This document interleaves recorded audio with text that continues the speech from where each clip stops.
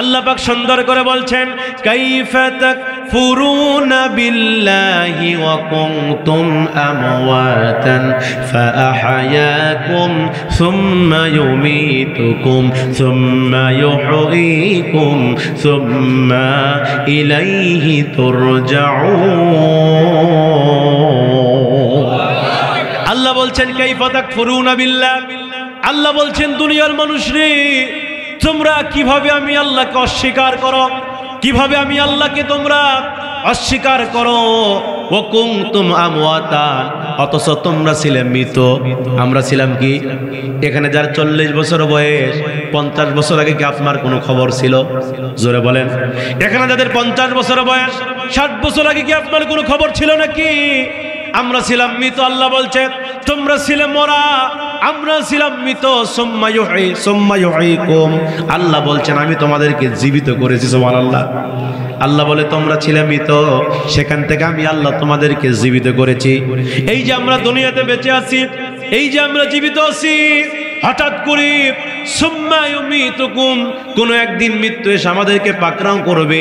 আমরা যেখানেই থাকি না কেন, যে অবস্থায় থাকি না কেন, মৃত্যু থেকে আমরা কোনোদিন রেহাই পাবো না।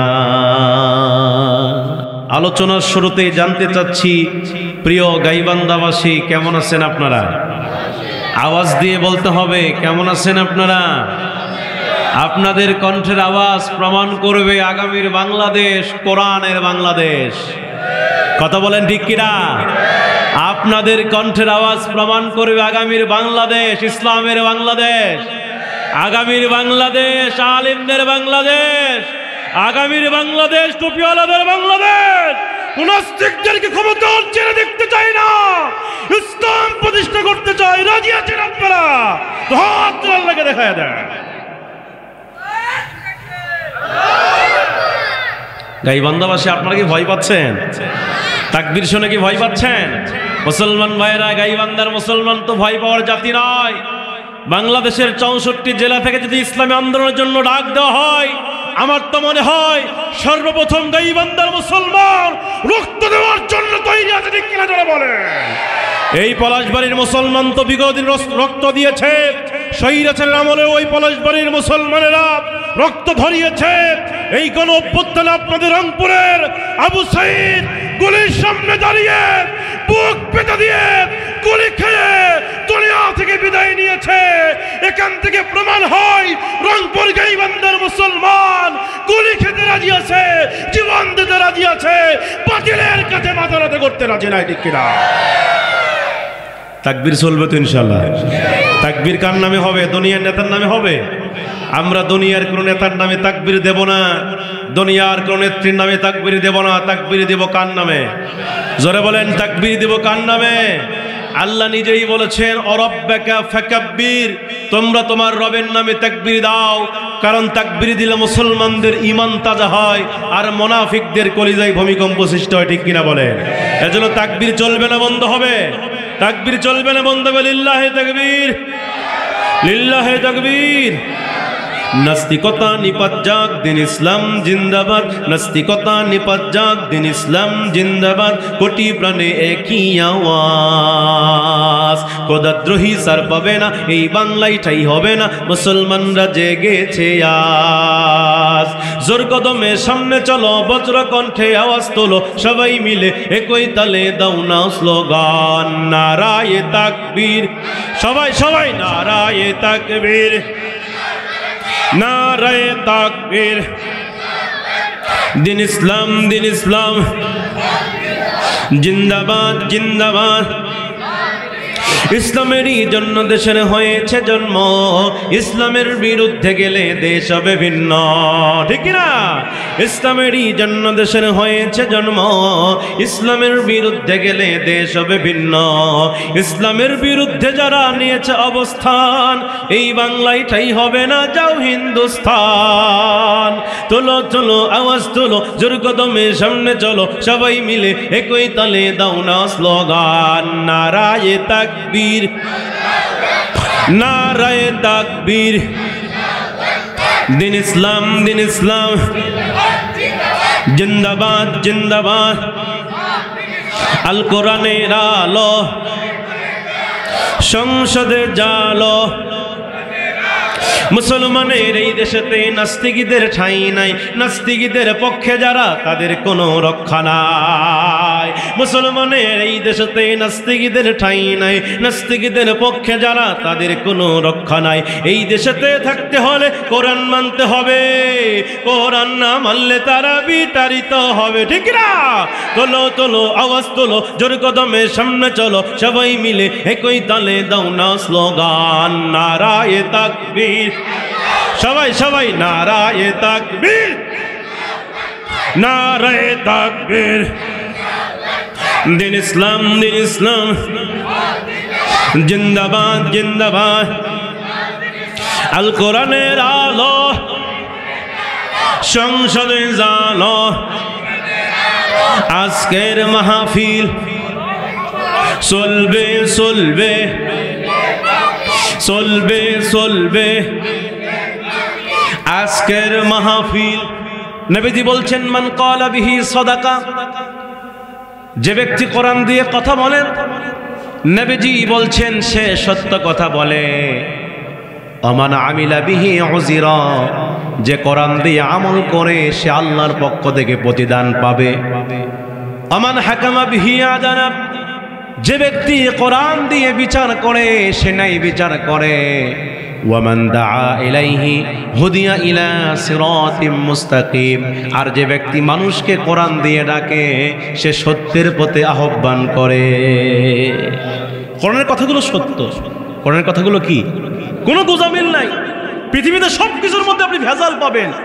আলুর মধ্যে ভেজাল, সারের মধ্যে ভেজাল, সবজির মধ্যে ভেজাল, চালের মধ্যে ভেজাল, ধানের মধ্যে ভেজাল, একদল মানুষের মধ্যেও ভেজাল। কথা বলেন না কেন? সব কিছুর মধ্যে আজকে ভেজাল।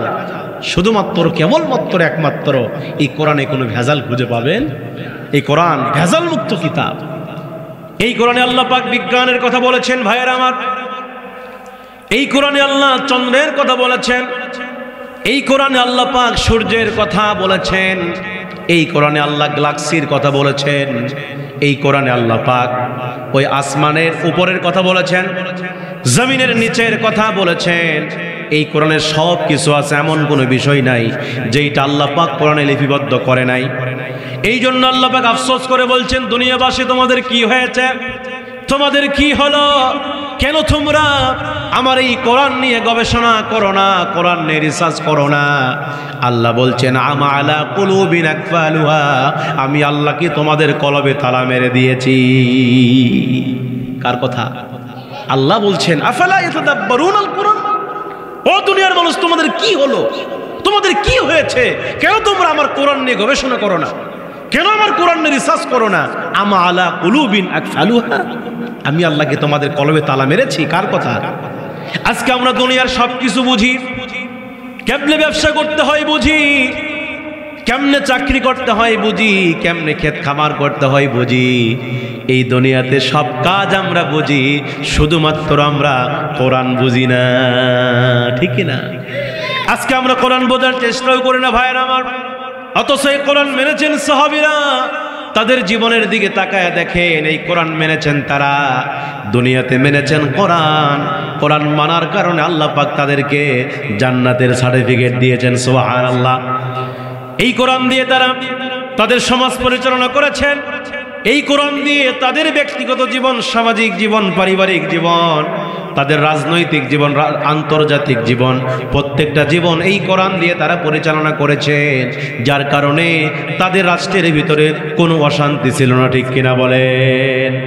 আজকে আমাদের সমাজের মধ্যে অশান্তি কেন ভাইয়েরা আমার? আজকে আমাদের সমাজের মধ্যে চুরি কেন বেড়ে গেছে? আজকে আমাদের সমাজের ভিতরে ধর্ষণ করে আমার ভাইয়েরা দুঃখ লাগে। আমার এই বাংলার জমিনে ধর্ষণের সেঞ্চুরি করে মিষ্টি বিতরণ করা হয়, ঠিক না? ধর্ষণের সেঞ্চুরি করে কি করা হয়? মিষ্টি বিতরণ করা হয়।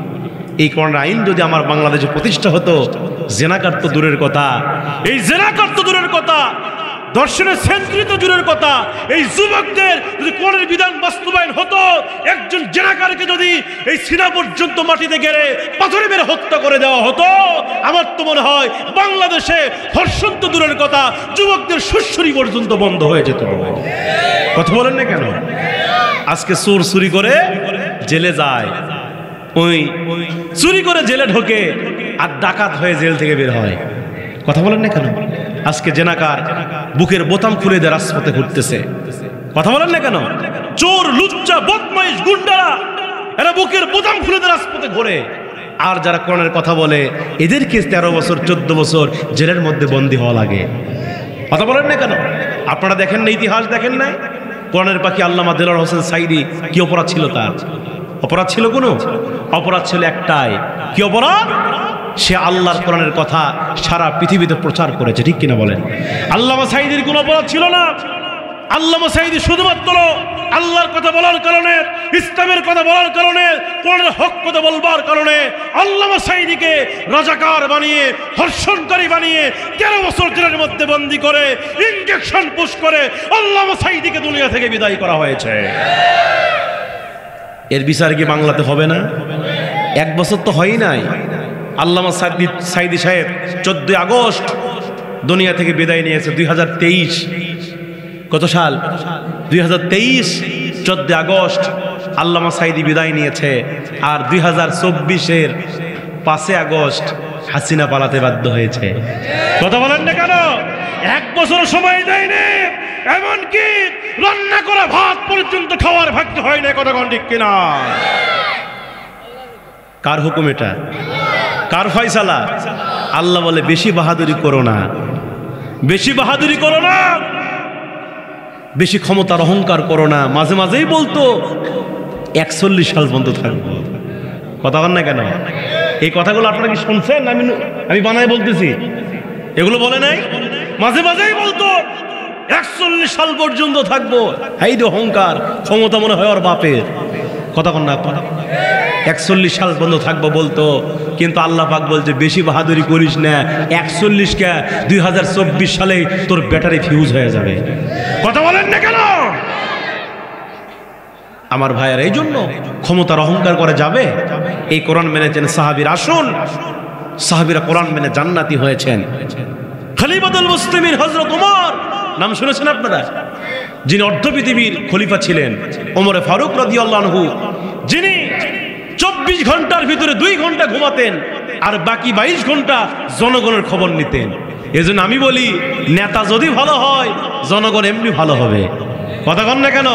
বাপ মা ভালো হলে সন্তান ভালো হয়, গাছ ভালো হলে ফল ভালো হয়, পানি ভালো হলে মাছ ভালো হয়, নেতা ভালো হলে জনগণ ভালো হয়। নেতা যদি গাঞ্জা খায় জনগণ ইয়াবা টানবে। কথা বলেন না কেন? এজন্য নেতা হওয়া লাগবে ভালো। নেতা হওয়া লাগবে কি? ওমরে ফারুক কেমন নেতা ছিল? রাতের আধারে ছদ্মবেশে ঘুরতেন, 22 ঘন্টা জনগণের খবর নিতেন, মাত্র 2 ঘন্টা ঘুমাতেন, কোনো বডিগার্ড লাগতো না। আর আমাদের এলাকার একজন ওয়ার্ড মেম্বার পিছনে 17 জন চামচা ঘোরে। কথা বল না কেন? কোনো বডিগার্ড লাগে নাই, কোনো সিআইডি মাইডি কিচ্ছু লাগে নাই। রাতের আধারে চলে যেতেন ছদ্মবেশে জনগণের খবর নেওয়ার জন্য।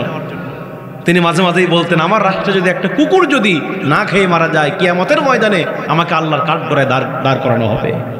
এরকম জবাবদিহিতার ভয় ছিল তাদের। এই ওমরে ফারুক যখন খলিফাতুল মুসলিমিন হলেন, একজন খ্রিস্টান পাদ্রী ওমরে ফারুকের কাছে আসে, কোনো সমস্যা হচ্ছে কি? এসে বললেন, খলিফা ওমর, আপনাকে আমি 4টা প্রশ্ন করতে চাই। কয়টা প্রশ্ন? 4টা প্রশ্ন করতে চাই।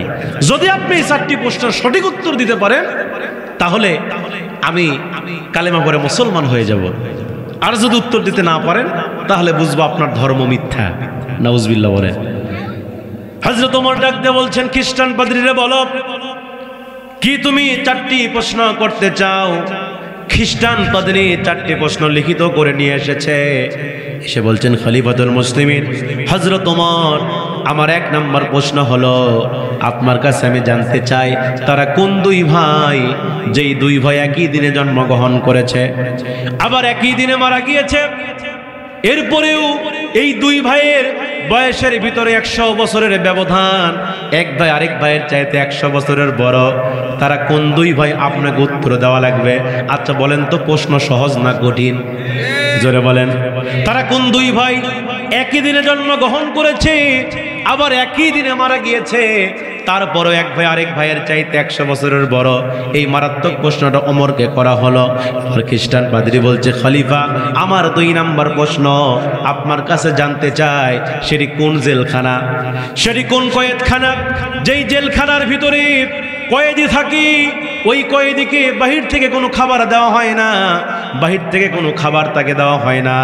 ওই জেলখানার ভিতরে খাবারবিহীন ওই কয়েদি জেলখানার ভিতরে নিরাপদ এবং সুস্থ থাকে, সেই কয়েদিটাকে, তার নাম কি জানতে চাই? আল্লাহু আকবার।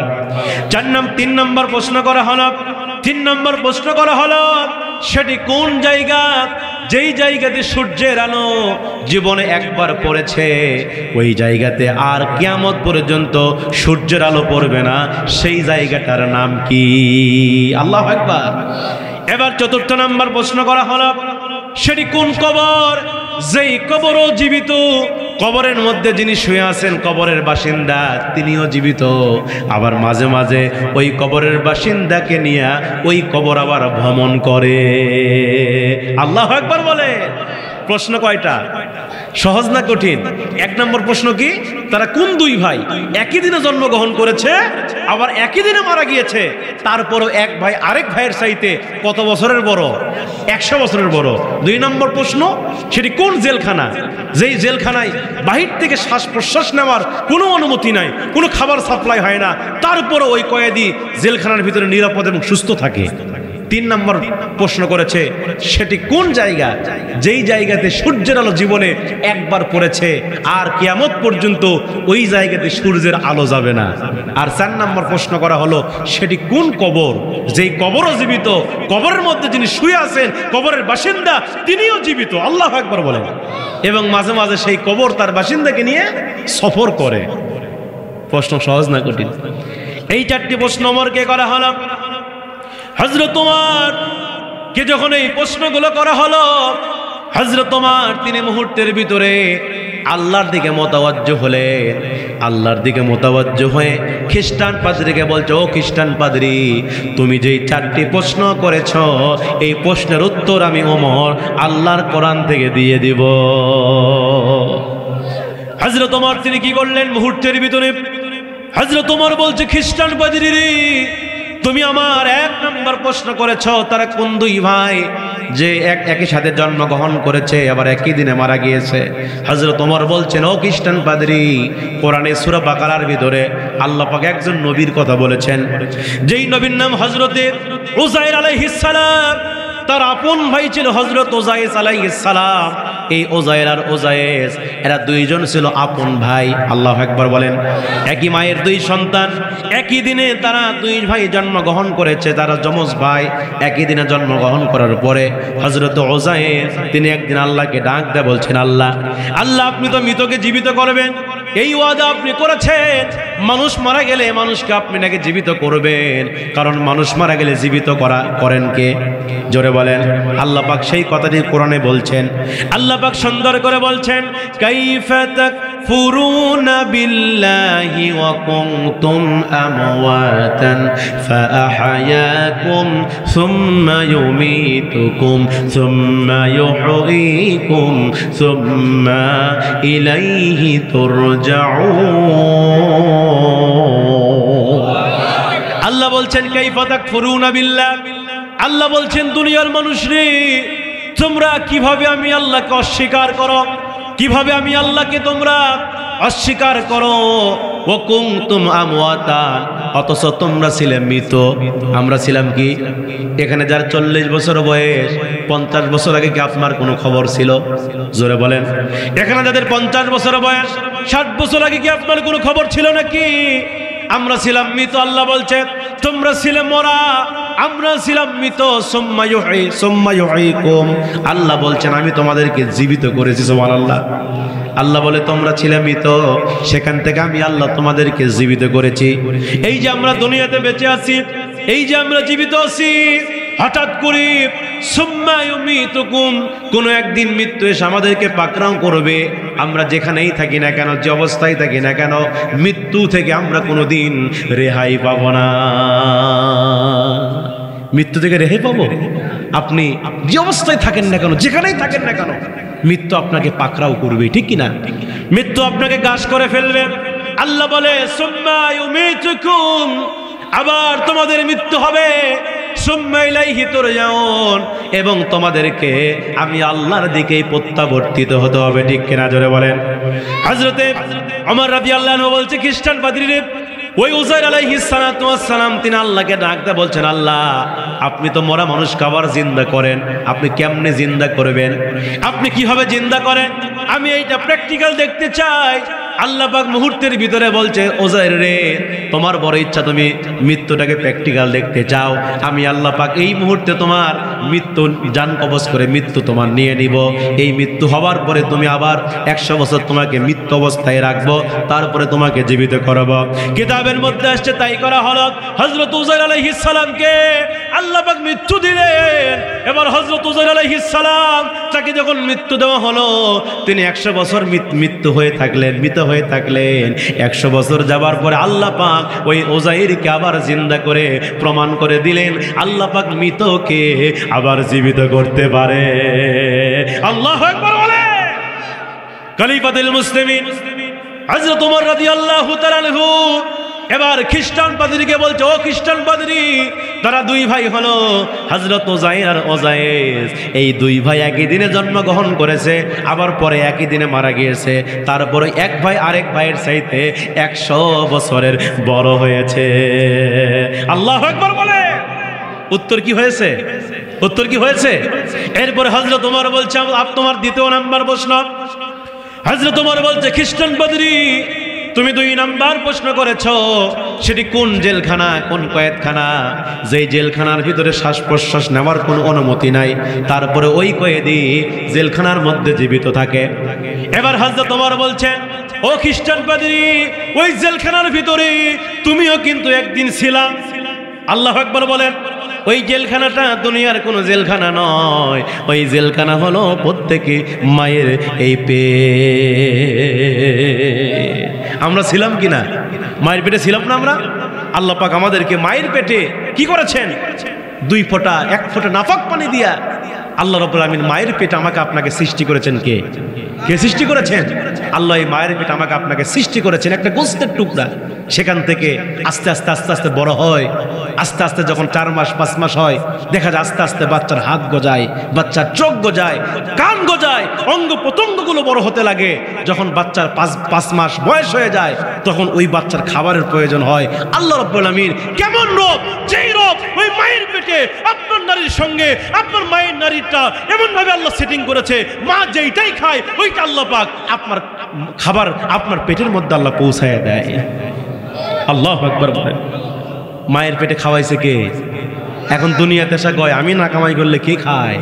কথা বল না কেন? যদি বলা হয় ভাই চলেন ইসলামের জন্য একটু ফিকির করি, চলেন ইসলামের জন্য একটু যাই, করছে যে এই পায়ের উপর 6 জন চলে। নাউজুবিল্লাহ বলবেন না? এই পায়ের উপর কয়জন চলে? মানে রিক্সা চালায়। করছে রিক্সা চালায়া আমার বাড়িতে 6 জন পরিবারের সদস্য, এই 6 জনকে আমি খাওয়াই। নাউজুবিল্লাহ বলবেন না? আসলে ও খাওয়ায় না আল্লাহ খাওয়ায়। এই পাও দিছেন কে? এক কথা বলেন, পাও দিয়েছেন কে? আল্লাহ। নিমিষের মধ্যে পাও কেড়ে নিতে পারেন কিনা? আল্লাহ পাক খাওয়ায়, এই বিশ্বাস থাকতে হবে। চাকরি আপনাকে খাওয়ায় না, এই পা আপনাকে খাওয়ায় না, ব্যবসা আপনাকে খাওয়ায় না, ক্ষেত খামার আপনাকে খাওয়ায় না। আরে ভাই, যদি চাকরি আপনাকে খাওয়াইতো তাহলে ওই বিশাল বড় বড় তিমি মাছ, ওই মহাসমুদ্রের মাছ, ওই তিমি মাছ কিসের চাকরি করে? কথা বলেন না কেন? ব্যবসা যদি আপনাকে খাওয়ায় তাহলে বড় বড় সামুদ্রিক ওই মাছগুলোকে কে খাওয়ায়? ওদের কি ব্যবসা আছে, চাকরি আছে? আল্লাহ পাক বিনা চাকরিতে বিনা ব্যবসায় খাওয়াই কেন? এটা তো উসিলা, চাকরি একটা উসিলা, এরপরে ক্ষেত খামার একটা উসিলা। আল্লাহ পাক এগুলোর মাধ্যমে আমাদের রিজিক দেয়। কথা বলেন ঠিক কিনা? এবার হযরত ওমর বলছেন, খ্রিস্টান পাদ্রীরা,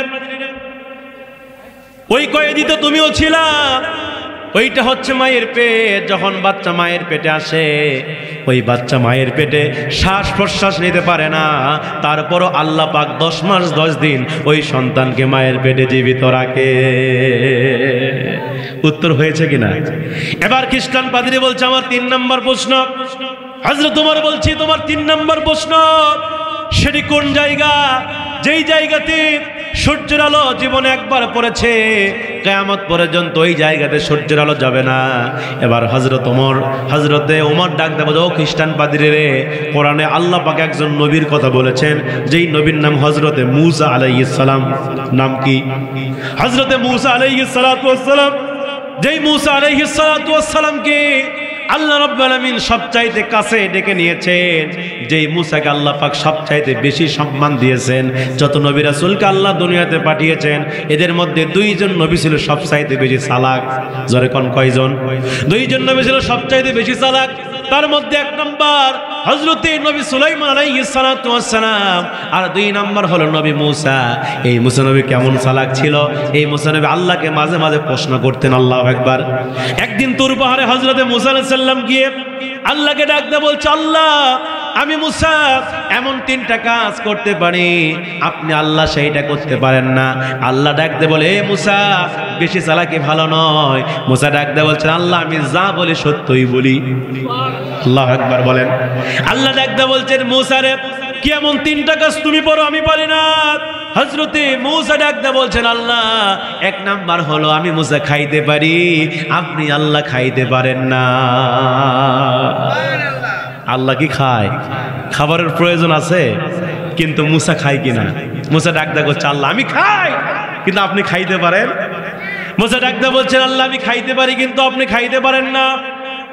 2 নম্বর মূসা ডাক দিয়ে বলছেন, আল্লাহ আমি মূসা ঘুমাইতে পারি কিন্তু আপনি আল্লাহ ঘুমাইতে পারেন না। আল্লাহর কি ঘুম আছে? আল্লাহর কোরআন বলছে, লা তাখুযুহু সিনাতু ওয়ালা নাওম। আল্লাহর ঘুম নাই, তন্দ্রা নাই, আল্লাহ ঘুমায় না কিন্তু মূসা ঘুমায়। আল্লাহু আকবার। 3 নম্বরে মূসা ডাক দিয়ে বলছে, আল্লাহ আমি মূসা কোনো একদিন মারা যাব, এই দুনিয়া থেকে বিদায় নিয়ে কবরে চলে যাব। আল্লাহ আমি মরে যাব, কিন্তু আল্লাহ আপনি কোনোদিন মরতে পারবেন না। আল্লাহ কি মরবে? সম্ভাবনা আছে, কিন্তু মূসা মরবে কিনা? কোরআন বলছে, কুল্লু নাফসিন যায়িকাতুল মাউত, দ্য ম্যান ইজ মর্টাল আইনামা তাকুনু ইদরিকুমুল মাউতু ওয়ালাউ কুনতুম ফি বুরুজিম মুশাইয়াদা। আল্লাহ বলছে, তোমরা যেখানেই থাকো না কেন, আইনামা তাকুনু, তোমরা যেখানেই থাকো না কেন, ইদরিকুমুল মাউতু, মৃত্যু তোমাকে পাকড়াও করবে। ঠিক কিনা বলেন? মৃত্যু থেকে রেহাই পাওয়া যাবে? মূসা বলতেছে, আল্লাহ আমি মরে যাব, কিন্তু আপনি আল্লাহ মরতে পারবে। সেই মূসা আলাইহিস সালামের জিহ্বা ছিল তোতলা। জিহ্বা কি? তোতলা হওয়ার কারণে রাগ ছিল খুব বেশি। মাঝে মাঝে এমন রাগ করতো, কিতাবের মধ্যে আসছে এমন পরিমাণ রাগ করতেন মূসা, তার মাথার চুল পাগড়ি ভেদ করে দাঁড়িয়ে যেত। এত রাগ ছিল মূসা, এত রাগী ছিল, একজনকে তো ঘুষি মারে মারাই ফেলে দিছে। আল্লাহু আকবার কর না কে? এত রাগ মূসা। আর তোতলা মানুষের রাগ কিন্তু বেশি হয় একটু। দেখবেন আপনাদের সমাজের মধ্যে যেই ছিল তোতলা করতে করতে ওর হাতের কাম আগেই হয়। কথা কোন ঠিক কিনা? এমন তোতলা, ওর করতে করতে ওর ঘুষি মারাই শেষ। আছে না? নাই। তোতলা মানুষের রাগ বেশি হয়। তো মূসা নবী ছিল তোতলা। আল্লাহ মূসাকে বলছে, মূসা ইযহাব ইলা ফিরআউনা ইন্নাহু তাগা, তুমি যাও ফেরাউনকে কালেমার দাওয়াত দাও। ফেরাউন তাগুত হয়ে গেছে। কি হয়ে গেছে?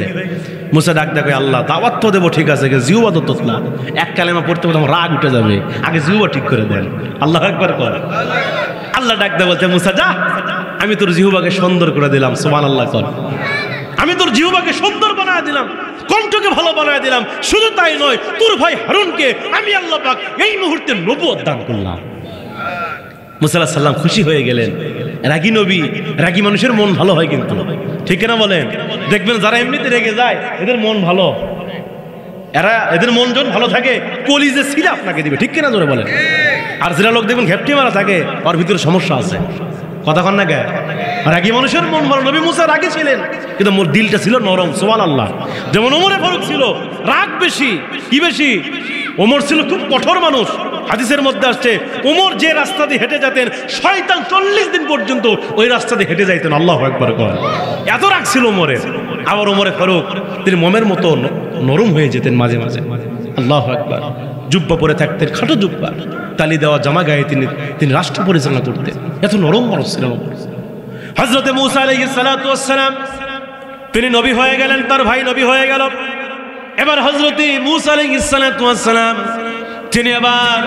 তিনি এবার আল্লাহকে ডেকে বলছে, আল্লাহ আমি এই মুহূর্তে কালেমার দাওয়াত নিয়ে চলে যাব ফেরাউনের রাজদরবারে।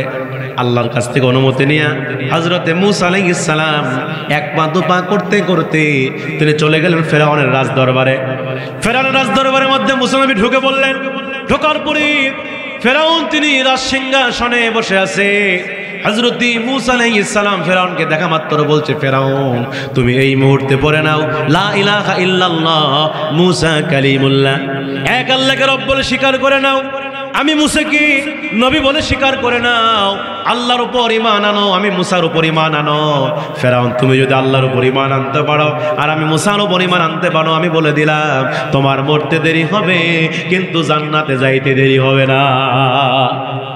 এই কথা যখন হযরতে মূসা আলাইহিস সালাম ফেরাউনকে বলতেছিল, ফেরাউন তখন ডাক দিয়ে বলতেছে, মূসা রে তোর কালেমার দাওয়াত বন্ধ করে দে। ফাকালা আনা রাব্বুকুমুল আ'লা, আমি তোর বড় খোদা, তুই আমারে রব মান। ফেরাউন যখন বলল আমি তোর বড় খোদা, আমি তোর রিলা, আমি তোর প্রভু, হযরতে মূসা আলাইহিস সালাম ডাক দিয়ে বলছেন, ফেরাউন রে তুমি কোনোদিন আমার প্রভু হতে পারো না, তুমি আমার রব হতে পারো না। আমার রব হচ্ছেন একজন, তিনি হচ্ছেন আমার আল্লাহ, তিনি হচ্ছেন আমার একমাত্র রব, তিনি হচ্ছেন আমার একমাত্র ইলাহ। আমি তিনি ছাড়া কাউকে রব মানতে পারবো না, তিনি ছাড়া কাউর ইলাহ মানতে পারবো না। এই কথা যখন ফেরাউন বলতেছিল মুহূর্তের ভিতরে, এই কথা যখন মূসা বলতেছিল মুহূর্তের ভিতরে ফেরাউন রাগান্বিত হয়ে গেল। ফেরাউন রাগান্বিত হবার পরে মূসাকে ডাকতে বলছেন, ও মূসা তুই যদি আমার রব না মানিস, এই মুহূর্তে আমি তোর হত্যা করে ফেলবো, এই দুনিয়া থেকে বিদায় করে ফেলবো। এই কথা যখন ফেরাউন বলতেছিল মুহূর্তের ভিতরে মূসা ডাকতে বলছেন, ফেরাউন রে তুমি যতই আমারে মারার চেষ্টা করো না কেন, আমার আল্লাহ আমারে হেফাজত করবে। বাঁচানোর মালিককে জোরে বলেন। আল্লাহ যদি কাউরে বাঁচাতে চায় দুনিয়ার কোনো মানুষ তারে মারতে পারবে নাকি? আর যদি আল্লাহ কাউরে মারতে চায় দুনিয়ার কোনো মানুষ বাঁচাতে পারবে না। আল্লাহ যারে ধরে বলে জুতা নেওয়ার সময় দেয় না, ঠিক না? মূসা আলাইহিস সালাম তাই বললেন, কে বাঁচাবে? আল্লাহ আমার হেফাজত করবেন। এই কথা যখন হযরতে মূসা আলাইহিস সালাতু ওয়াস সালাম ফেরাউনকে বলতেছিল, ফেরাউন দিন আরো রাগান্বিত হয়ে গেল। ফেরাউন এবার মূসা নবীকে মারবেন, মারার জন্য হাজার হাজার সৈন্যবাহিনী তৈরি করলেন, হাজার হাজার সৈন্যবাহিনী তৈরি করলেন। এবার সৈন্যবাহিনী তৈরি করবার পরে হযরত মূসা আলাইহিস সালাতু ওয়াস সালামকে তিনি মারবেন, মারার জন্য তিনি আক্রমণ করবে। এমন সময় হযরত মূসা আলাইহিস সালাম তার উম্মতদেরকে এক জায়গায় করে আল্লাহকে ডাক দিয়ে বলছে, আল্লাহ এখন আমরা কি করব? এখন আমরা কোন দিকে যাব? আমরা কি করব? আল্লাহ ডাক দিয়ে বলছেন, ও মূসা তুমি এই মুহূর্তে উম্মতদেরকে নিয়ে দৌড় মারো। হযরত মূসা আলাইহিস সালাম আল্লাহর হুকুম পাওয়ার সঙ্গে সঙ্গে তিনি তার উম্মতদেরকে নিয়ে দৌড় মারা শুরু করেছে। মূসা আলাইহিস সালাতু ওয়াস সালাম যখন উম্মতদেরকে নিয়ে দৌড় মারে, ফেরাউন বাহিনী তিন দিক দিয়ে আক্রমণ করা শুরু করেছে। হযরত মূসা আলাইহিস সালাতু ওয়াস সালাম তিনি দৌড়াইতে দৌড়াইতে দৌড়াইতে দৌড়াইতে এমন একটা জায়গায় গিয়ে তিনি থেমে গেলেন, যেই জায়গাতে ছিল লোহিত সাগর, তার সামনে ছিল মহাসমুদ্র লোহিত সাগর। মূসা আলাইহিস সালাতু ওয়াস সালাম তিনি তার উম্মতদেরকে নিয়ে তিনি সেখানেই থেমে গেলেন, সেখানেই তিনি ব্রেক হয়ে গেলেন। মূসা নবী মুহূর্তের ভিতরে হযরত মূসা আলাইহিস সালাতু ওয়াস সালাম ডান দিকে তাকায় দেখে ফেরাউন বাহিনী আসতেছে, বাম দিকে তাকায় দেখে ফেরাউন বাহিনী আসতেছে, পিছন দিকে তাকায় দেখে ফেরাউন আসতেছে, আর সামনে লোহিত সাগর। মূসা আলাইহিস সালাতু ওয়াস সালাম তিনি বিপদের মধ্যে পড়ে গেলেন, কোন দিকে আমরা পলাবো? যেই দিকে যাব সেই দিকে আমাদেরকে ধরে ফেলবে। এবার হযরত মূসা আলাইহিস সালাতু ওয়াস সালাম তার উম্মতরা মূসা নবীকে ডেকে বলছে, হে আল্লাহর পয়গম্বর মূসা, আজকে বুঝি আমরা ধরা পড়েই গেলাম, আজকে আমরা কোন দিকে পালাবো, কোন দিকে যাব? ডান দিকে গেলে ফেরাউন ধরে ফেলবে, বাম দিকে গেলে ফেরাউন বাহিনী ধরে ফেলবে, পিছন দিকে গেলেও ফেরাউন বাহিনী ধরে ফেলবে, আর সামনে মহাসমুদ্র। আজকে আমরা কোন দিকে পালাবো? আজকে বুঝি আমরা ধরা পড়েই গেলাম, ঠিক কিনা বলেন? আজকে বুঝি আমরা ধরা পড়েই গেলাম, আজকে বুঝি আমরা তাদের হাতে ধরা খেয়ে গেলাম। এই কথা যখন উম্মতেরা বলতেছিল, হযরত মূসা ডাকতে বলছে, উম্মতেরা রে তোমরা টেনশন করো না, চিন্তা করো না, আমাদের সাথে আল্লাহ রাব্বুল আলামিন আছে। লিল্লাহি তাকবীর। আছে কে? মুমিন বান্দা বিপদে পড়লে সাহায্য করে কে? হযরত ইব্রাহিম আলাইহিস সালামকে সাহায্য করেছেন কে? যে ইব্রাহিম আলাইহিস সালাতু ওয়াস সালাম ছিল আমাদের জাতির পিতা। কিন্তু ভাইয়ের আবার এই 16 বছর ধরে এই ফ্যাসিবাদী সরকার স্লোগান দিয়েছিল জাতির পিতা নাকি শেখ মুজিব। কথা বলেন না কেন? জাতির পিতা শেখ মুজিবকে বানিয়েছে। আমরাও রাজপথে দায়িত্বহীন কণ্ঠে বলেছি শেখ মুজিব ঘোড়ার ডিম, জাতির পিতা ইব্রাহিম। জাতির পিতাকে কোরআন বলছে মিল্লাত আবিকুম ইব্রাহিম হুয়া সাম্মাকুমুল মুসলিমিন।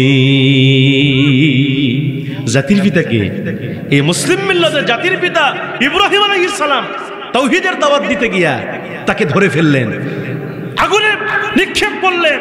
ইব্রাহিম আলাইহিস সালাম আগুনে পড়লেন, দগদগ করে আগুন জ্বলতেছে, দাউ দাউ করে আগুন প্রজ্বলিত হচ্ছে। ইব্রাহিম নবী আগুনের মধ্যে পড়ে গেলেন।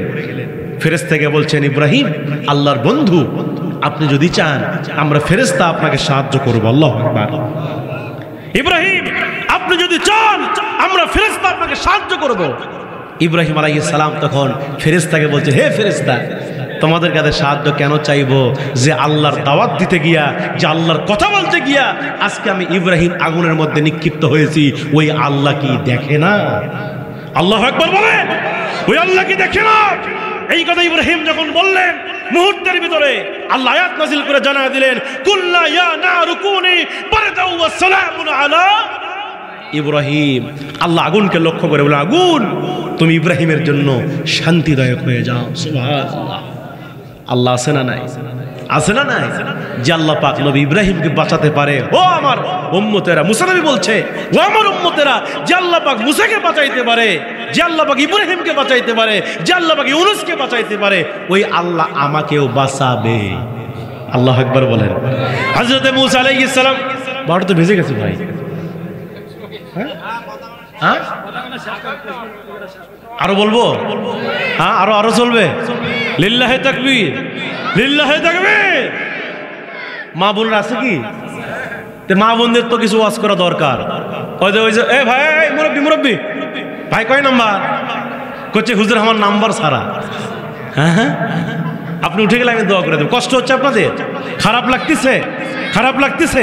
খারাপ তো লাগার কথা না। কোরআনের কথাগুলো যত বলা হবে তত মজা লাগবে কিনা? আল্লাহু আকবার বলেন। আমার ভাইয়েরা, মা বোনদের কিছু ওয়াজ করা দরকার, কারণ তারাই ছিল 16 বছর ধরে আমাদের সরকার। এজন্য তাদের পক্ষে কিছু বলা দরকার। এজন্য মা বোন একটু অপেক্ষা করেন, আমি এই টপিকটা শেষ করে আমি আপনাদের জন্য কিছু কথা বলবো, ঠিক কিনা বলেন? কারণ সব ওয়াজ যদি আপনাকেই করি কালকে ওরা আন্দোলন শুরু করে দেবে। কে রে সেই দূরে থেকে হুজুরে নিয়ে আসলাম, হুজুর আসা গেলে পুরুষ ওয়াজ করে খালি শুতে ফেলে দিছে, আমাদের কোনো ওয়াজই করেনি।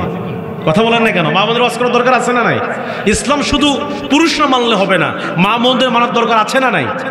মুসলমান ভাইরা গভীর মনোযোগ, যেহেতু আমার সময় কম। তাফসীর ইবনে কাসিরের বর্ণনা, মুহূর্তের ভিতরে হযরত মূসা আলাইহিস সালাতু ওয়াস সালাম তিনি তার উম্মতদেরকে ডাক দেব, উম্মতেরা রে তোমরা টেনশন করো না, চিন্তা করো না, আমাদের সাথে আল্লাহ আছে। আল্লাহ আসমান থেকে সাহায্য নাযিল করে দিবেন, আল্লাহ আসমান থেকে আমাদেরকে সাহায্য করবে।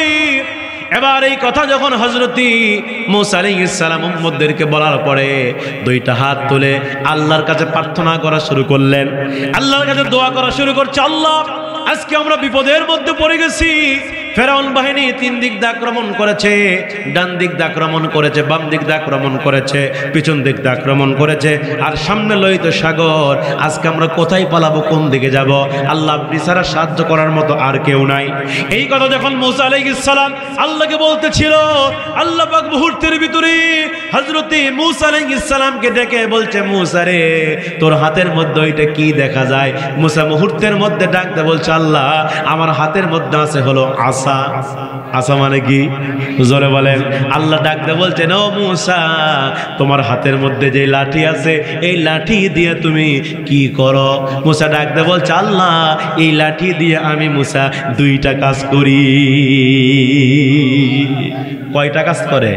মূসা ডাকতে বলছে, আল্লাহ 2টা কাজ করি। আল্লাহ প্রশ্ন করলেন, মূসা আমি তোমার কাছে জানতে যে কি 2টা কাজ তুমি লাঠি দিয়ে করো? মূসা ডাক দেখো, আল্লাহ 1 নম্বর হলো আমি এই লাঠি দিয়া প্রত্যেক দিন বকরির জন্য পাতা পারি। সুবহানাল্লাহ কাল বাড়ির যায় কই আরো আস্তে কর সুবহানাল্লাহ। আরে এত বড় একজন নবী হইয়া লাঠি দিয়ে কি করে? বকরির পাতা পারে। তার মানে কি বোঝা গেল, মুসা নবীর বাড়িতে বকরি ছিল কিনা? যে বকরি চড়ায়, যার বাড়িতে বকরি থাকে, সেই কিন্তু বকরির জন্য কি পারে। তাহলে এত বড় নবী হয় যদি বকরি চড়ায়, আর আমরা কি করি? কথা কন না আপনারা। এই জন্য আমি প্রায় মাহফিলগুলোতেই বলি, যারা আমার দেশে নেতৃত্ব দিতে চায়, নেতা হতে চায়, আমি এদেরকে বলি আগে এদেরকে 10-12টা বকরি কিনা দেন, এর আগে বকরি চড়ান শিখুক। এই কথা কন না কেন? কারণ বকরি চড়ান সহজ কাজ নয়। যাদের বাড়িতে বকরি আছে এরা টের পাবে যখন বকরিকে আপনি গোসল করাতে নিয়ে যাবেন, আপনি যদি টানেন এই দিকে, ওই খালি চারা মারে পিছন দিকে। কথা কন না কেন? এই জন্য আমি বলি যারা নেতাগিরি করবার চায়, জনগণের নেতৃত্ব দিব চায়, এদেরকে আগে 10-12টা বকরি কিনা দেন, তুই আগে বকরি চড়ান শিখে। কথা কন না কেন? কারণ বকরি চড়ান ধৈর্যের কাজ, আর নেতা হতে গেলে ধৈর্য লাগবে। কিন্তু দুঃখ লাগে ভাইয়ের আমার দেশের এই নেতাগুলা কি বকরি চড়ায়? কথা কন না কেন? এই 16 বছর ধরে কত নেতা আমরা দেখছি, নেতার তো শেষ নাই। এক ওয়াক্ত নামাজ পড়ে না, কিন্তু নির্বাচন আসলে নেতা সাহেব নামাজ ছাড়ে না। আছে না নাই? জীবনে নেতার মাথায় টুপি নাই, গায়ে পাঞ্জাবি নাই, নির্বাচন সামনে আসলে নেতা গায়ে পাঞ্জাবি লাগায়, মাথায় টুপি দেয়, আবার মাঝে মাঝে তসবি টিপে, পক দেখা মনে হচ্ছে জিবরাইলের খালাতো ভাই। কথা কন না কেন? কথা বলেন, আছে না নাই? জনগণের সামনে গিয়ে ওয়াদা করে, ভাইরা আমার, বোনেরা আমার, যদি আপনারা আমাকে নির্বাচিত করেন, আমাকে জয়যুক্ত করেন, আপনাদের ওইটা করে দিব, আপনাদের সেইটা করে দিব, আপনাদের ওইটা করে দিব। আবার বলে সব করে দেব রড দিয়া। কি দিয়া ভাই? কথা কন, কি দিয়া ভাই? রড দিয়া। কিন্তু নেতা নির্বাচিত হওয়ার পরে ওই আর জনগণকে রড দেয় না, খালি একাওয়ালা বাঁশ ঢুকায়। কথা বলেন না কেন? কথা বলেন না কেন? এরকম নেতা আমরা দেখেছি 16 বছর ধরে। আমার ভাইয়েরা, এরকম নেতা আমরা আর দেখতে চাই? জোরে বলেন, দেখতে চাই।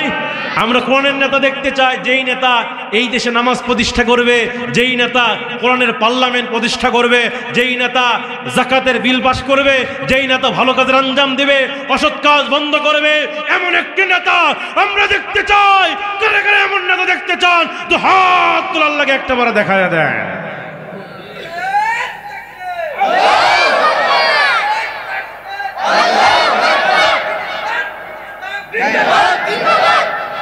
সম্মানিত ভাইয়ের আমার, এমন নেতা আমার দেশে প্রতিষ্ঠা হয়ে গেলে এই দেশে চুরি এমনি বন্ধ হয়ে যাবে। কথা কন না কেন? একজন চোর যদি চুরি করে, ওর যদি হাত কেটে দেওয়া হয় প্রকাশ্যে, মিডিয়ার সামনে যদি এটা যদি সারা দেশে প্রচার করা হয়, আচ্ছা বলেন তো দ্বিতীয় চোর বাংলাতে খুঁজে পাওয়া যাবে? জোরে কোন যাবে? মানে যারই হাত কাটা থাকবে বুঝতে হবে এটা চুরি করে ধরা পড়ে হাত কাটিছে। কথা কন না কেন? এই জন্য ভাইয়ের আমার, নবী মুসা আলাইহিস সালাতু ওয়াস সালাম বলছে, আল্লাহ আমি লাঠি দিয়ে বকরির পাতা মারি। আল্লাহ বলে, মুসা 2 নম্বর কি করো? মুসা ডাক দেখো, আল্লাহ এই লাঠিতে ভর দিয়া আমি মুসা রাস্তা হেঁটে যাই। মুসা আল্লাহ ডাক দা বলছেন, মুসা ওই লাঠি দিয়ে তুমি লোহিত সাগরের মধ্যে আঘাত করো। আল্লাহু আকবার কোন? মুসা ডাক দেখো, আল্লাহ আঘাত করলে কি হবে? আল্লাহ কয়, মুসা বেশি কথা বলিস না, আঘাত করেই দেখ আমি আল্লাহ কি বানায়া দিই। আল্লাহু আকবার কোন না? মুসা আলাইহিস সালাম আল্লাহর এই হুকুম পাওয়ার পরে এবার মুহূর্তের ভিতরে তার হাতের মধ্যে লাঠি ছিল, বিসমিল্লাহি আল্লাহু আকবার বলে যখন লাঠি দিয়া লোহিত সাগরে বাড়ি মেরেছে, বাড়ি মারার সঙ্গে সঙ্গে 1 নয় 2 নয় 3 নয়, আমার আল্লাহর কুদরতে 12খানা রাস্তা আল্লাহ বের করে দিয়েছে। আল্লাহু আকবার বলে 12টি রাস্তা যখন বের হয়ে গেল, মুসা নবীর মুখে মুসকি মুসকি হাসি, উম্মতেরাও হাসে। মুসা ডাক দেয় বলে, উম্মতেরা দেখো, তোমরা তো হতাশ হয়ে গিয়েছিলা, আল্লাহ আমাদেরকে সাহায্য নাজিল করেছে, আমরা এখন এই রাস্তা দিয়ে আমরা এখান থেকে পলায়ন করব। মুসা আলাইহিস সালাতু ওয়াস সালাম যখন যাইতে যাইতে লোহিত সাগরের মাঝখানে যখন চলে গেছে, ফেরাউনের যারা অনুসারী ছিল, উম্মত ছিল, এরা ডাক দেখ হচ্ছে, খোদা ফেরাউন এত সুন্দর রাস্তা কে বানালো? ফেরাউন কাছে আমি বানাচ্ছি। নাউজুবিল্লাহ কবেন না? ফেরাউন কাছে আমি বানাইছি। যদি এই কথা ফেরাউন না বলে, আর কি খোদাগিরি চলবে? খোদাগিরি টিকবে? উম্মতরা ডাক দেখো যে, খোদা ফেরাউন আপনার এত পাওয়ার, এত পাওয়ার আপনার, এই লোহিত সাগরের মধ্যে 12টি রাস্তা আপনি বের করেছেন, আপনার যদি এত পাওয়ার হয়ে থাকে, ও আমাদের খোদা ফেরাউন, ফিতা কিন্তু আপনাকেই কাটা লাগবে। কথা কন না কেন? আপনাকেই কিন্তু আগে যাওয়া লাগবে। এই কথা যখন উম্মতেরা বলতেছিল, মুহূর্তের ভিতরে ফেরাউন বেকায়দার মধ্যে পড়ে গেল। মনে মনে চিন্তা করলো 2টা। 1 নম্বর চিন্তা করলো, যদি সমুদ্রের মাঝখান দিয়ে যায়, যদি মাঝখানে গিয়া 2 ধারের পানি যদি এক জায়গায় হয়ে যায়, তাহলে আমি ফেরাউন শেষ। আর যদি এই মুহূর্তে 2 নম্বর চিন্তা করলো, আর যদি এই মুহূর্তে রাস্তা দিয়ে রওনা না করে তাহলে আমার খোদাগিরি টিকবে না, আমাকে কেউ খোদা মানবে না, আমার ক্ষমতার চেয়ার থাকবে না। আগে চেয়ার বাসায়, কথা কন না কেন? আগে চেয়ার বাসায়, পরে যা হয় হোক। এবার ফেরাউন নিজের চেয়ার বাঁচানোর জন্য, নিজের ক্ষমতা টিকিয়ে রাখার জন্য এবার ফেরাউন সেই লোহিত সাগরের রাস্তা দিয়ে রওনা করা শুরু করেছে। যাইতে যাইতে যাইতে যাইতে ফেরাউন তিনি লোহিত সাগরের মাঝখানে চলে গেলেন। মুসা আলাইহিস সালাম কিনারায় উঠে গেলেন। আল্লাহু আকবার বলেন। ফেরাউন সমুদ্রের মাঝখানে, মুসা নবী কিনারায় উঠে গেলেন। এবার আল্লাহ পাক জিবরাইলকে ডাক দেওয়া, বলে জিবরাইল এবার তুমি তোমার খেলা শুরু করে দাও। আল্লাহু আকবার কর। এবার জিবরাইল ডাক থাকে, আল্লাহ জীবনে বহু খেল খেলছি, আগে হয়েছে কোয়ার্টার ফাইনাল, আগে হয়েছে সেমিফাইনাল, আজকে যে ম্যাচ হবে এটা ফাইনাল ম্যাচ। আল্লাহু আকবার বলে। আজকে যে খেলা হবে ফাইনাল খেলা, তার মানে খেলা হবে, খেলা হবে, যখন খেলা হবে।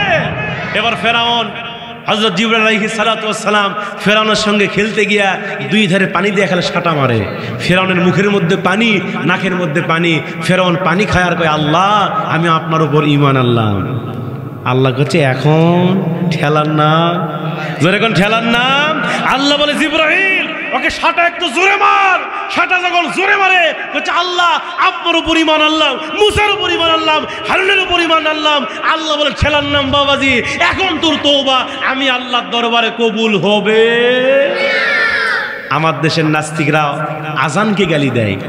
মসজিদ যখন আজান দেয় মসজিদ থেকে, তখন এই নাস্তিক বলে, হে কাকের জাতেরা, তোরা কাক কাক আওয়াজ কর, তোদের কাক কাক আওয়াজ ভালো লাগে, মসজিদ সাহেবের আজান ভালো লাগে না। মসজিদ সাহেব মসজিদ থেকে আজান দিলে বাংলাদেশের কুখ্যাত নাস্তিক কবি শামসুর রহমান সে বলেছিল, মসজিদটা কি পতিতাদের মতো মানুষকে আহ্বান করে। নাউজুবিল্লাহ, আপনারা বলবেন না? এইটা ছিল পুরোটাই নাস্তিক। এই কুড়িগ্রামের এই কবি শামসুর রহমান নাস্তিক, এ যখন মারা গেল, মারা যাবার পরে তার লাশ নিয়ে আসা হলো। নিয়ে আসার পরে জানাজার নামাজ কে পড়াবে? এলাকার যিনি হুজুর ছিল, ইমাম সাহেব ছিল, তার কাছে আসা হলো। কারণ মানুষ মরে গেলে জানাজা কি পড়ায়? এই জানাজা কে পড়ায়? সারা জীবন হুজুরকে আপনারা গালি দেন, কথা বল না কেন? ইমামের বিরুদ্ধে ফতুয়া, মসজিদের বিরুদ্ধে ফতুয়া, মসজিদে ঢুকাই খালি টাইস লাগতেছে, আছে না নাই? ঢুকাই খালি টাইস লাগে, যদি ধুলে থাকে, এই মসজিদ টাইলসে ধুলে কে মাস গেলে বেতন খান না? এরকম কিছু বাটপার আছে না নাই? জোরে করে আছে না নাই? আমি বলি, আপনি মসজিদকে ধমক দিলেন, মাস গেলে কয় টাকা মসজিদকে আপনি বেতন দেন? এই কথা বলেন না কেন?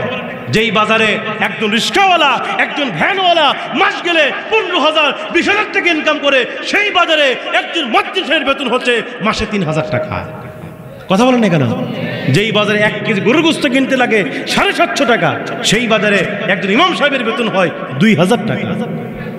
আবার মাঝে মাঝে কয়, হুজুর ইমামতি করে তো টাকা নেওয়া জায়েজ না, আর মুখত খালি জুতার বাড়ি। হ্যাঁ, কথা কোন আছে না? এরকম বাটপা ওই সব জায়গায় টাকা দেওয়া জায়েজ, হুজুরক টাকা দিবার আলে কই হুজুর জায়েজ নাই। মানে হুজুরের বাপ মাও নাই, হুজুরের বউ চল নাই, হুজুররা তো ফেরেশতা।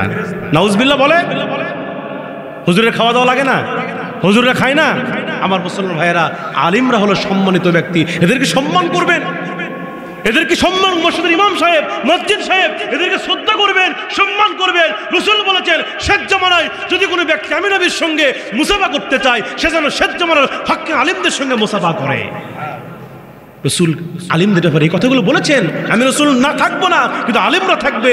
ইন্নাল উলামাউ ওয়ারাসাতুল আম্বিয়া, আলিমরা হলো আমি নবীজির বংশধর। আল্লাহু আকবার বলে। নাস্তিক মারা গেল, ইমাম সাহেবের কাছে যাওয়া হলো, হুজুর আপনাকে জানাজার নামাজ পড়ার লাগবে। হুজুর তখন মনে মনে চিন্তা করলেন, যেই লোকটা সারা জীবন আজানের বিরুদ্ধে কথা বলেছে, কোরআনের বিরুদ্ধে কথা বলেছে, আমি একজন ইমাম হয়ে কেমনে আর জানাজার নামাজ পড়াবো? ইমাম সাহেব মনে মনে চিন্তা করলাম, এর জানাজার নামাজ পড়ানো সম্ভব নয়। হুজুর মনে মনে চিন্তা করলে একটু হিকমত প্রয়োগ করা লাগবে, কারণ কোরআনে হিকমত আছে না নাই? যদি তোমরা ডাইরেক্ট মার দিবান না পরে অ্যাঙ্গেলে মার দাও, আল্লাহু আকবার কোন। ইমাম সাহেব ডাকতে বলছে, দেখেন আমি তো জানাজার নামাজ পড়াবো, কিন্তু আমার একটা সমস্যা আছে। লোকজন ডাকতে বলে, হুজুর আপনার কি সমস্যা? হুজুর ডাকতে বলে, দেখেন আমার সমস্যা হলো কয়েকদিন ধরে আমার ওযু করলে আমার ওযু থাকে না। আল্লাহু আকবার কোন। আমার ওযু চলে যায়। এই কথা যখন ইমাম সাহেব বললেন, লোকজন ডাক দিয়ে বলতেছে হুজুর আপনার সমস্যা তো জটিল মারাত্মক সমস্যা, আপনাকে দিয়ে তো জানাজা হবে না। এবার ওই লোকজন ডাক দিয়ে বলছে হুজুর আপনার যখন সমস্যা আপনি আপনার মুয়াজ্জিন সাহেবরে দেন। এবার মুয়াজ্জিন সাহেব ইমাম সাহেব ডাক দিলে মুয়াজ্জিন সাহেব আসো। মুয়াজ্জিন সাহেব কাছে আসলেন। হুজুর বলছে মুয়াজ্জিন যাও তুমি এই নাস্তিকের জানাজার নামাজ পড়াও। মুয়াজ্জিন সাহেব ডাক দিয়ে বলছেন হুজুর এই নাস্তিক সারা জীবন হুজুরদের বিরুদ্ধে কথা বলেছে, আলেমদের বিরুদ্ধে কথা বলেছে, আজানের বিরুদ্ধে কথা বলেছে, কোরআনের বিরুদ্ধে কথা বলেছে। আমি একজন মুয়াজ্জিন হয়ে এই নাস্তিকের জানাজা কেমনে পড়াবো? মুয়াজ্জিন সাহেব যাবেন না, কিন্তু এলাকার লোকজন ছাড়ে না, জোর করে নিয়ে গেছে। কারণ বেতন তো 2500 টাকা। কথা কন না কে? 2500 টাকার হুজুরের খাওয়া আছে, ও যেই দিকে টানবে সেই দিকে যাওয়া লাগবে। কথা কন না কেন? আমার ভাইয়েরা মুয়াজ্জিন সাহেব গরিব মানুষ বেচারি চলে গেছে জানাজার নামাজ পড়াতে। মুয়াজ্জিন সাহেবকে নাস্তিকের জানাজার নামাজ পড়াইছে। জানাজার নামাজ শেষ হয়ে গেছে। পরের দিন সকালবেলা মুয়াজ্জিন সাহেবকে এলাকার বড় বড় আলেমরা মুয়াজ্জিন সাহেবকে শক্ত করে ধরেছে আর বলছেন মুয়াজ্জিন সাহেব আপনি কেন ওই নাস্তিকের জানাজার নামাজ পড়ালেন? আপনি এত বড় মসজিদের মুয়াজ্জিন হয়ে, আপনি মসজিদের মুয়াজ্জিন হয়ে ওই নাস্তিকের জানাজা আপনি কেন পড়ালেন জানতে চাই। মুয়াজ্জিন খালি মুস্কি মুস্কি হাসে। আলেমরা বলে হুজুর মুয়াজ্জিন সাহেব আপনি হাসবেন না, আপনি কেন নাস্তিকের জানাজার নামাজ পড়াইছেন আপনি ব্যাখ্যা দিতে হবে, আপনাকে বলতে হবে।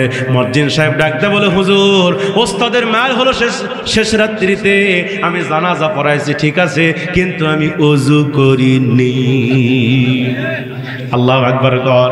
এই জন্য মুসলমান ভাইরা আমার আমরা সিদ্ধান্ত নিয়েছি যারা এই দুনিয়াতে আল্লাহর কোরআনকে গালি দিবে, নবীজিকে গালি দিবে, আলেমদেরকে গালি দিবে, ইসলামকে গালি দিবে, এই দুনিয়াতে হয়তো আমরা কিছু করতে পারবো না। ওইটার নাম চিহ্নিত করা হবে, ওইটা মরে গেলে ওইটার জানাজা হবে, কিন্তু ওযু হবে না। ঠিক কিনা বলে? রাজি আছে? পরে জানা যায় ওযুকে আর ওযু ছাড়াই কি সারা জীবন কোরআনের বিরুদ্ধে কথা বলে, ওর যদি কাবার ইমামও যদি ওর জানাজার নামাজ পড়ায় ওর কবরে জান্নাত জুটবে না। কথা বল না কে? এখন মরে যাওয়ার সময় বেটা কয়ে যায় বেটা সারা জীবন তো যা করছি আমি মরে গেলে 10টা গরু জবাই করে খাওয়াই। এলাকার হুজুরদেরকে নিয়ে আসা একবারে পুরো এলাকাবাসীকে গরু জবাই করে খাওয়ায়া ওই হুজুরদের কাছ থেকে দোয়া নেয়, ওই হুজুর তোমার বাবাকে জান্নাত দিয়ে আসবে। এই কথা বল না কেন? জান্নাত দিয়ে আসবে। ওই হুজুর কেন? স্বয়ং রাসূলের দোয়া কবুল হয়নি। আব্দুল্লাহ ইবনে উবাই ইবনে সুলুল মুনাফিকদের সর্দার, রাসূলের বিরুদ্ধে কথা বলেছে, মুনাফিকি করেছে। মারা যাওয়ার পরে রাসূল তার গায়ের জুব্বা দিয়েছে তার দাফন করার জন্য। তো রাসূলের গায়ের জুব্বা, রাসূল এত বড় দামি মানুষ, তার জুব্বা খুলে দিয়েছে, তার কাফন দিয়েছে।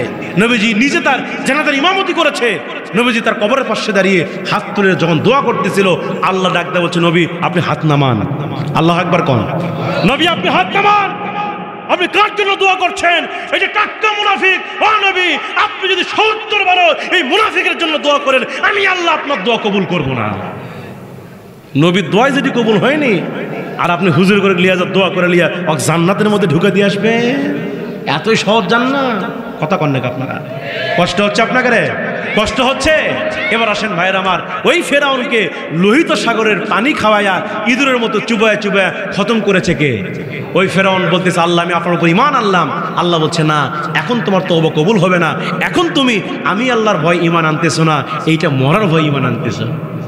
এই সময় তোমার তওবা কবুল হবে না। আমার ভাইরা ওই যে খ্রিস্টান পাদ্রী ওমর ফারুককে প্রশ্ন করছে সেটি কোন জায়গা? যেই জায়গাতে সূর্যের আলো জীবনে একবার গিয়েছে কিয়ামত পর্যন্ত যায়নি।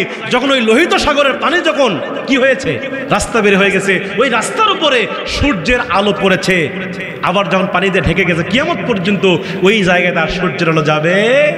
ওই জায়গাকে বলা হয় বাহারে কুলজুম। আল্লাহু আকবার বলেন। এবার আসেন সর্বশেষ 4 নম্বর প্রশ্ন করছিল। কি প্রশ্ন? সেটি কোন কবর? যে কবরও জীবিত, কবরের বাসিন্দাও জীবিত, এবং কবরের মধ্যে যিনি শুয়ে আছেন তাকে নিয়ে কবর কি করে? ভ্রমণ করে। হযরতে ওমর ফারুক খ্রিস্টান পাদ্রীকে ডাকতে বলছেন, ও খ্রিস্টান পাদ্রী তুমি আমাকে 4 নম্বর প্রশ্ন করেছ। আল্লাহর কোরআনে আরেকজন নবীর কথা আছে, যেই নবীর নাম হলো হযরত ইউনুস আলাইহিস সালাম। নাম কি? যে ইউনুস আলাইহিস সালাতু ওয়াস সালাম কি নৌকা থেকে তার অধিবাসীরা যখন তাকে নৌকা থেকে সমুদ্রের মধ্যে ফেলে দিল, ইউনূস আলাইহিস সালামকে যখন ওই সমুদ্রের মধ্যে ফেলে দেওয়া হলো, ইউনূস আলাইহিস সালামকে একটা মাছ গিলে ফেললো, ওই মাছকে আরেকটা মাছ গিলে ফেললো, আরেকটা মাছ যখন ইউনূস আলাইহিস সালামকে গিলে ফেলবার পরে ওই মাছ তাকে পুরা সমুদ্র পরিভ্রমণ করিয়েছে। আর ইউনূস আলাইহিস সালাম ওই মাছের পেটে গিয়া কেবলমাত্র সাহায্য চেয়েছে কার কাছে? তিনি আল্লাহর কাছে সাহায্য চাইলেন, ইস্তিগফার বললেন। সেই দোয়াটা কোরআনে আছে না নাই? আল্লাহ পাক বলছেন, লা ইলাহা ইল্লা আনতা সুবহানাকা ইন্নী কুনতু মিনাল যালিমিন। ইউনূস আলাইহিস সালাতু ওয়াস সালাম ওই মাছের পেটে যখন ইস্তিগফার বললেন, এই দোয়া যখন করতেছেন, আমার ভাইয়েরা, ওই ইউনূস আলাইহিস সালাতু ওয়াস সালাম, কেউ বলছে 40 দিন, কেউ বলছে 41 দিন, ওই 41 দিন পর্যন্ত আমার আল্লাহ পাক ইউনূস নবীকে ওই মাছের পেটে হেফাজত করেছে। খ্রিস্টান পাদ্রী এবার হাতটা গায়ে দিলেন আর বললেন, ওমর আমার কালেমা পড়ায়া মুসলমান বানায়া দেন। আল্লাহু আকবার।